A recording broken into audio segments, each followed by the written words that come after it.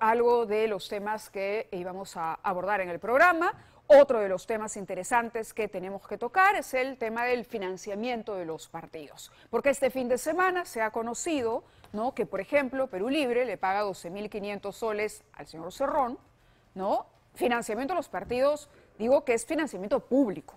Hasta hace algún tiempo el financiamiento de los partidos podía ser privado, pero el escándalo Lavallato, ¿no?, y toda la información que se reveló en ese contexto sobre aportantes fantasma, la manera en que los partidos no transparentaban sus ingresos, llevó a pensar que la solución era el financiamiento público. La pregunta que nos hacemos el día de hoy ¿es el remedio que en ese momento se propuso la solución a la enfermedad o peor que la enfermedad? Marisol Perestello, ex ministra de Justicia, está con nosotros y vamos a hablar de varios temas, pero quería empezar por este y preguntarle cuál es su opinión. A ver, Renovación Popular, Marisol, muy buenas noches, bienvenida al programa. No presenta todavía, ¿no?, la lista de los gastos ni la rendición de cuentas a la OMPE, por ejemplo. Está el caso también de Somos Perú, la señora Patricia Lee cobra 15.000 soles mensuales por los servicios que presta a su partido,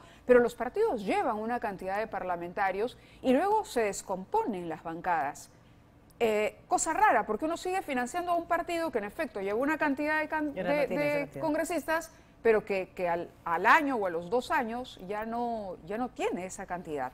No se sostiene en el tiempo, digamos. Mira, primero te agradezco, Mávila, la oportunidad de poder hablar de otros temas y de la urgencia de salidas institucionales a la situación que vivimos, que no nos deja soñar con el Perú que todos queremos, ¿no? Creo que sea justo, donde existan igualdad de oportunidades, tan simple. Y el financiamiento de partidos políticos desde el Estado es una decisión sensata. Funciona en Alemania, funciona en casi todos los países en México, que tienen una institucionalidad de partidos políticos más sólida, en España, más sólida que la nuestra, ¿no? Porque hay una carrera profesional de la política en la que técnicos y personas que quieren hacer política pueden prepararse, formarse, y se asignó en su momento, la primera vez, en el 2017, 74 millones de soles. Sí, tenemos precisamente una información que vamos a desglosar, no sin antes presentar la respuesta del señor Cerrón a la revelación que se hizo sobre su sueldo. Este es el tuit que publicó Vladimir Cerrón. Dice: no conozco a nadie que no viva del Estado, ni el que se crea más privado que nadie. Los medios dicen: te pago con mis impuestos, como si uno no pagara impuestos. Y quizás más de los que critican. La hipocresía funciona en los incautos, pero no para los entendidos.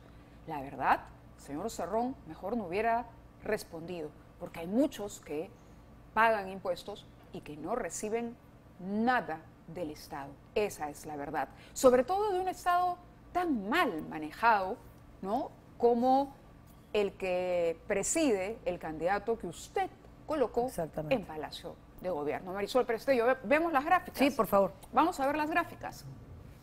¿Cuánto han recibido los partidos políticos? Estas son cifras, ahí está, 2017-2019. Por ejemplo, vemos, ¿no?, para el periodo que es el Congreso disuelto, 12.400.000, Fuerza Popular. Luego el Congreso que completó el periodo, 2.138.000. Y finalmente, en la actualidad, esto es lo que van a recibir al cabo de los 5 años, ¿no? ¿Es correcto? Sí. Al cabo de los 5 años. Alianza por el Progreso es otro partido que va a recibir 7.414.000. Acción Popular también, 8.255.000. Podemos, 6.442.000. Vamos al siguiente cuadro. Perú Libre, 10.756.000. Porque claro, llevó a la mayor cantidad de candidatos de su lista al Parlamento. Sí. Renovación, 8.432.000. Hasta ahora no rinde cuentas. Y Juntos por el Perú, 7.411.000. Son solamente algunos de los que están hoy en el Parlamento. Mira, las cifras son bastante claras. Se asignaron 74 millones la primera vez, 78 esta, 40% se divide por igual en todos los partidos políticos y la diferencia según el número de representantes que cada partido tiene. Por eso el que tiene más representantes en el Parlamento recibe más plata. Pero hay una base, o sea, no importa cuántos metas, siempre hay un mínimo común denominador.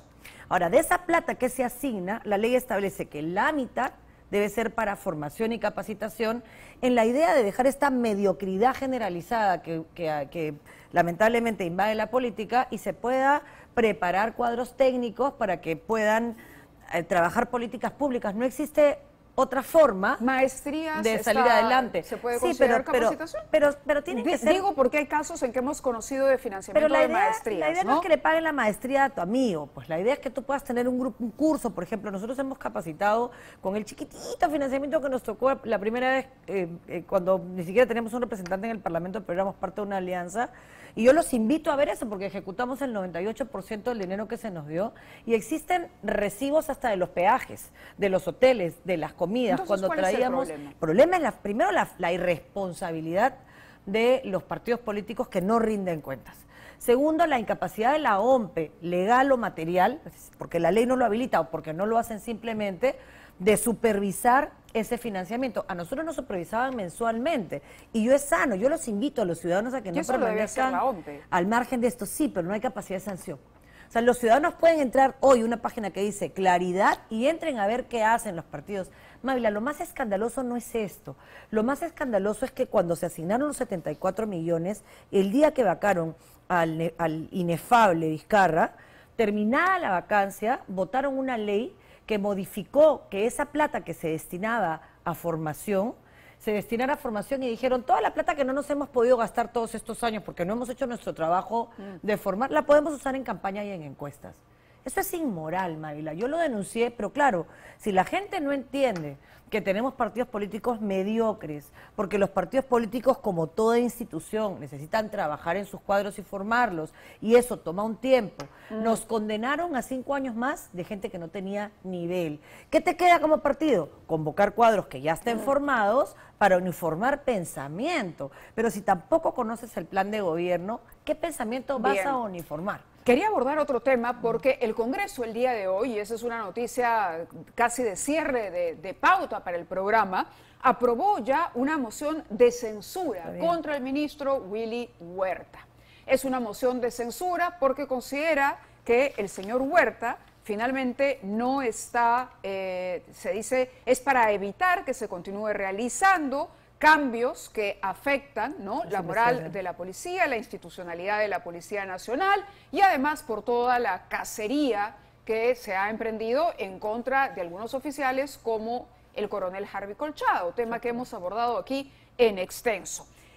La pregunta es, ¿este gobierno tiene capacidad de, una vez censurado un ministro, no repetir el mismo error, es decir, colocar a otro ministro que vaya por el mismo camino? ¿Qué gana el Congreso con una censura a un ministro cuando no hay capacidad ni propósito de enmienda? Yo creo que por lo menos gana que no los dejes el tiempo suficiente como para que monten unas mafias como las de transporte.